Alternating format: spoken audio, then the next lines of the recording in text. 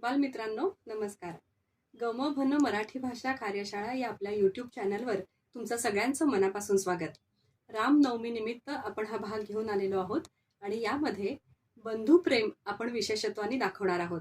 बंधुप्रेम म्हणजे कायम राम लक्ष्मण आपल्याला समोर येतात, पण राम आणि राजा भरत या दोघांच्या बंधुप्रेमाविषयी आज आम्ही तुम्हाला गोष्ट सांगणार आहोत. आणि ही गोष्ट तुमच्यासाठी घेऊन आली आहे आमची गौरीताई. गौरी म्हणजेच सौ गौरी अमित काटे. गौरीताईंचा अध्यात्मविषयक आणि ज्योतिषविषयक अभ्यास खूप मोठा आहे, त्यामुळे त्यांच्या गाढ्या अभ्यासातून त्यांनी ही गोष्ट तुमच्यापर्यंत आणली आहे. तर ही गोष्ट जरूर ऐकूया. कौसल्या मातेने चैत्र शुद्ध नवमीला राम बाळाला जन्म दिला. त्यानंतर पुढील 2 दिवसात देवी कैकईने भरत बाळाला आणि देवी सुमित्राने लक्ष्मण आणि शत्रुघ्न अशा जुळ्या बाळांना जन्म दिला. अयोध्येमध्ये 4ही भावंडांचा जन्म 3 दिवसांमध्ये घडला. थोडे मोठे झाल्यावर या 4ही भावंडांचे एकमेकांवरती अतिशय प्रेम आहे असे सर्वांना कळून चुकले होते.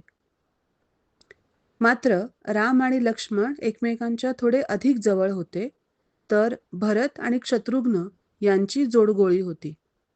कारण राम लक्ष्मण अयोध्येत वाढले, तर भरत आणि शत्रुघ्न कैकय देशात म्हणजे महाराजांची पट्टराणी कैकई हिचे जिथे माहेर होते तिथे आपल्या आजोळी भरत आणि शत्रुघ्न वाढले. कैकय देश म्हणजे आपण असं म्हणू शकतो की भारताच्या वायव्य सरहद्दीजवळ काश्मीरजवळ हा प्रदेश आहे. आपल्या सर्वांना माहीतच आहे की प्रभू श्रीरामांना वनवास पत्करावा लागला. या सर्व गोष्टींचे दुःख आणि धक्का असह्य झाल्याने दशरथ महाराजांचा मृत्यू झाला. दशरथ महाराजांच्या मृत्यूची दुःखद वार्ता कळल्यावर या कैकय देशामधून भरत आणि शत्रुघ्न धावून अयोध्येत आले. अयोध्येत आल्यावर त्यांना कळले की आपल्या आईच्या सांगण्यावरून रामाला वनवास पत्करावा लागला आहे. सर्व घटना कळल्यावर भरत राजाने आपल्या आईला खडे बोल सुनावले आणि आपल्या दादाला परत आणण्यासाठी भरत राजा निघाले. राम, सीतादेवी आणि लक्ष्मण ज्या मार्गाने गेले होते त्याच मार्गाने भरत राजा रामरायाला परत आणण्यासाठी निघाले. अयोध्येचा हा भाग चालण्यासाठी कठीण होता, तरीही भरत याच मार्गाने गेले. जो त्रास माझ्या भावाने सहन केला तोच त्रास मीही सहन करेन आणि एक प्रकारे माझ्या आईला ही शिक्षाच होईल अशी भावना मनात ठेवून भरत जड दुःखी अंतःकरणाने या मार्गाने चालू लागले. मात्र ते एकटे नव्हते. त्यांच्यासोबत त्यांनी अनेक कुशल सहाय्यक मदतनीस सोबत घेतले. कोण कोण होते हे? तर रस्ते बांधणारे, जलाशय निर्माण करणारे, विहिरी बांधणारे, शेती करणारे, उद्यानांमध्ये रोपे, झाडे लावणारे, पूल आणि साकव बांधणारे, दैनंदिन जीवनासाठी माती, दगड, धातू, लाकूड यापासून उपयुक्त वस्तू तयार करणारे तंत्रज्ञ त्यांनी सोबत घेतले. तसेच जेवण बनवणारे बल्लवाचार्य आणि पशुपालक पशूंसह देखील होते. इतका सगळा लवाजमा घेऊन जाण्याचे कारण असे की रामरायाला परत आणण्यासाठी अयोध्येहून निघण्यापूर्वीच भरतराजांना माहीत होते की राम बरेच लांबवर गेलेले आहेत. इतके लांब म्हणजे दंडकारण्याचा तो भाग होता. दंडकारण्य म्हणजे आत्ताचे मध्य प्रदेश. अयोध्येपासून सुमारे 1000 किलोमीटरचा हा मार्ग होता आणि भरतराजांना विश्वास होता की माझे दादा परत येणारच. मग ते याच मार्गाने येणार. त्यामुळे जो त्रास त्यांना जाताना झाला तो त्रास त्यांना परत येताना होऊ नये. ते रथातून येतील, त्यांचा रथ या मार्गावरून यावा यासाठी भरतराजाने कुशल सहाय्यकांच्या मदतीने हा रस्ता सुलभ करून घेतला. जाता जाता रस्ता नीट करत, आवश्यक तेथे वृक्षतोड करून रस्ता रुंद करून घेतला. पूल बांधून आवश्यक ठिकाणी पाण्याची व्यवस्था करून घेतली. सर्व कामे करत, दरमजल करत ते पुढे पुढे जात होते. अयोध्येवरून दंडकारण्यापर्यंत जाताना मधल्या ह्या दुर्गम प्रदेशात जनजीवन होते. वनवासी, आदिवासी तर राहत होतेच, शिवाय साधू, संन्यासी, तपस्वी देखील राहत होते. भरत राजांनी या सर्व लोकांच्या सोयीचा देखील विचार केला. शेती, पशुपालन, बी-बियाणे, मंदिरे, पिण्याचे पाणी, उपयुक्त वृक्ष, औषधी रोपे, उपयुक्त साहित्य, संसाधने, हत्यारे, शेती कौशल्यासाठी लागणाऱ्या सर्व आवश्यक वस्तू आणि या सर्वाची माहिती देत देत तेथे राहणाऱ्या लोकांना मदत करत करत ते पुढे पुढे जात होते. मजल दर मजल करीत राजा भरत रामरायांपर्यंत येऊन पोहोचले. त्यांनी त्यांना परत येण्याची विनंती केली. परंतु राम म्हणाले की बाबांनी आईला दिलेले वचन पूर्ण करायला हवे. त्यांनी नकार दिला. भरत राजांनी दशरथ महाराजांची अतीव दुःखद बातमी रामरायाला दिली. ती बातमी ऐकून रामराया कळवळले. ते म्हणाले की आता तर बाबांचे वचन पाळायलाच हवे. भरत राजा सर्व परिसर नीटनेटका, सुपीक, सुजलाम सुफलाम करून इथपर्यंत आले याची माहिती रामरायांना मिळाली. रामराया म्हणाले, राजा बनण्यासाठी तू सर्वतोपरी तुझी क्षमता आणि कर्तबगारी सिद्ध केलेली आहेस. मी तुला आज्ञा करतो की अयोध्येचा राजा बन.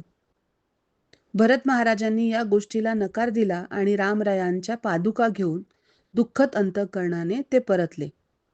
भरत महाराज जो जो परिसर नेटका करून गेले होते तिथल्या लोकांचे आशीर्वाद अयोध्येच्या संपूर्ण दशरथ परिवाराला मिळाले. भरत महाराज परत आले, परंतु राम परत आले नाहीत हे सर्वांना कळले. सर्वांनी आणि खुद्द वशिष्ठ मुनींनी भरत राजांना अयोध्येचा राज्यकारभार स्वीकारण्यासाठी सांगितले. भरत महाराजांनी या गोष्टीला स्पष्ट नकार दिला.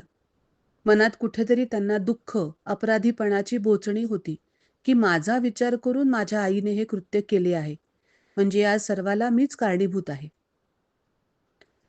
वशिष्ठ मुनींनी त्यांचे मन समजून घेतले, त्यांना समजावून सांगितले सुद्धा, परंतु भरत राजांचे कितीही प्रयत्न केला तरी वशिष्ठ मुनी मन वळवू शकले नाहीत. बालपणापासूनच भरत दादा रामाला वडिलांसमान आणि अत्यंत आदराने पाहत होते. या दोघांमध्ये अवघ्या एका दिवसाचे अंतर असले, केवळ एका दिवसानेच राम मोठे असले तरी सुद्धा भरताला राम वडिलांसारखेच प्रिय होते. रामांचे धीर गंभीर, शांत विवेकी वर्तन ते नेहमीच पाहत होते. आपल्या 3 भावंडांना राम फार जपत. त्यांच्याकडे असणारे कौशल्य भावंडांना शिकवत, मदत करत. त्यांच्या आवडीचे पदार्थ राम आपल्या हाताने भावंडांना भरवत. लहान असल्यापासूनच आपली खेळणी ते त्यांना देत, वेगवेगळे खेळ त्यांना शिकवत, त्यांच्यासोबत खेळत.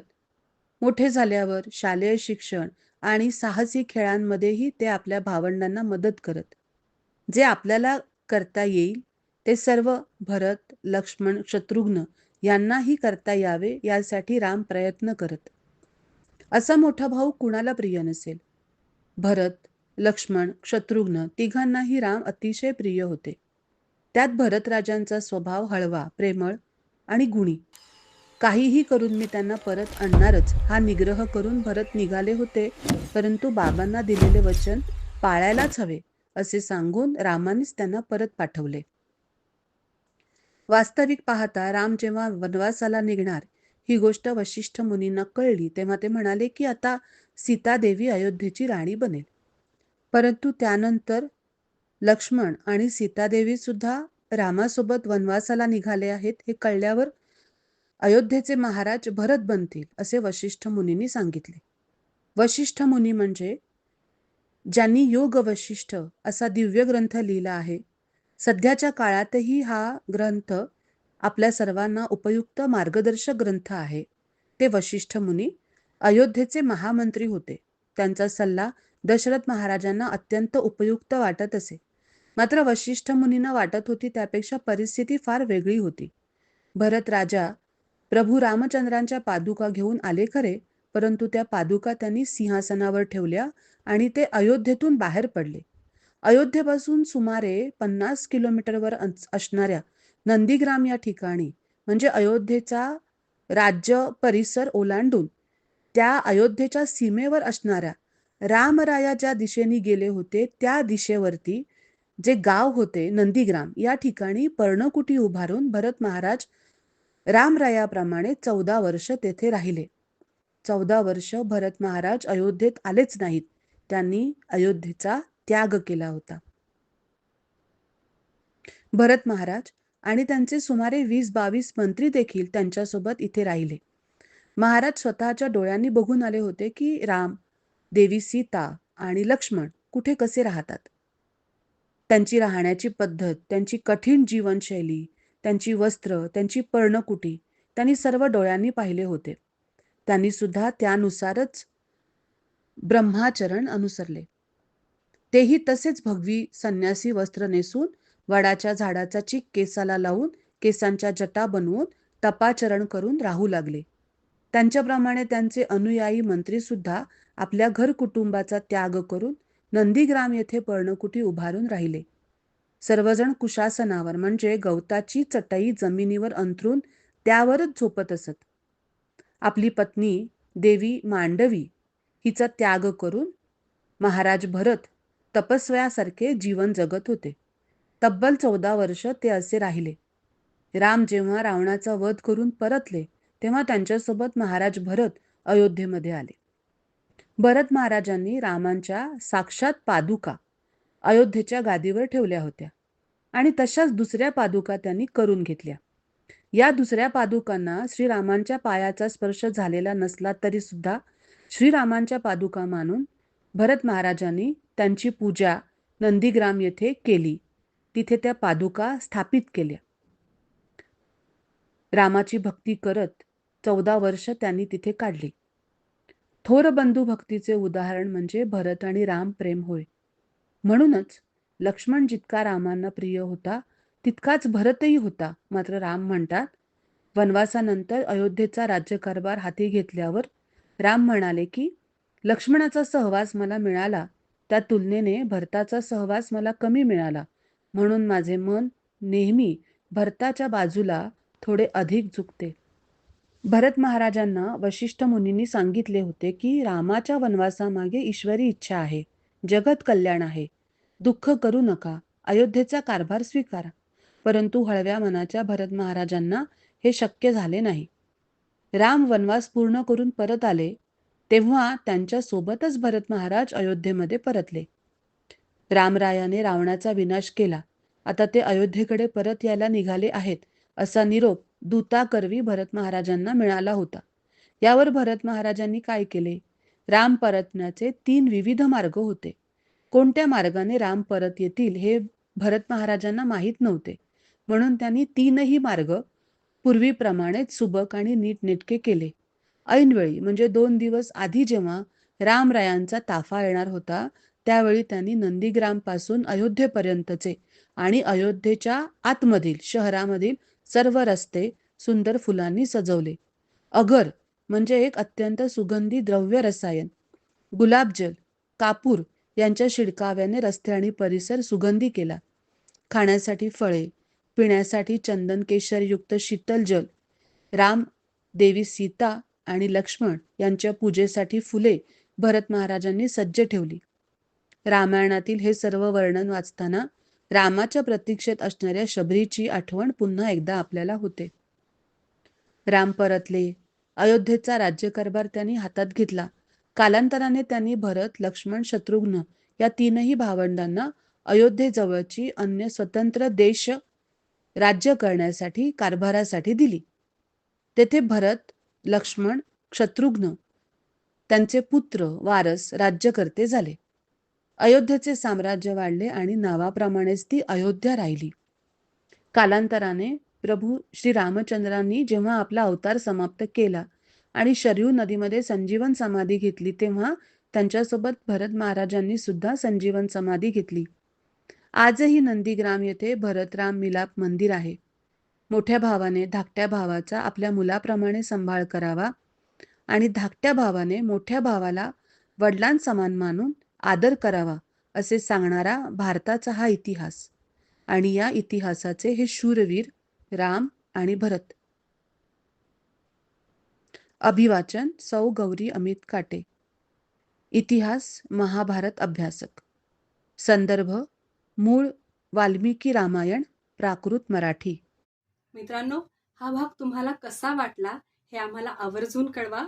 कमेंटमध्ये नक्की लिहा तुमच्या प्रतिक्रिया, की तुम्हाला असेच आणखीन कोणकोणते भाग ऐकायला आवडतील, कुठल्या गोष्टी ऐकायला आवडतील, त्या आम्ही तुमच्यासाठी घेऊन येऊ. आणि हो, हे चॅनल लाईक, शेअर आणि सबस्क्राईब करायला विसरू नका. धन्यवाद.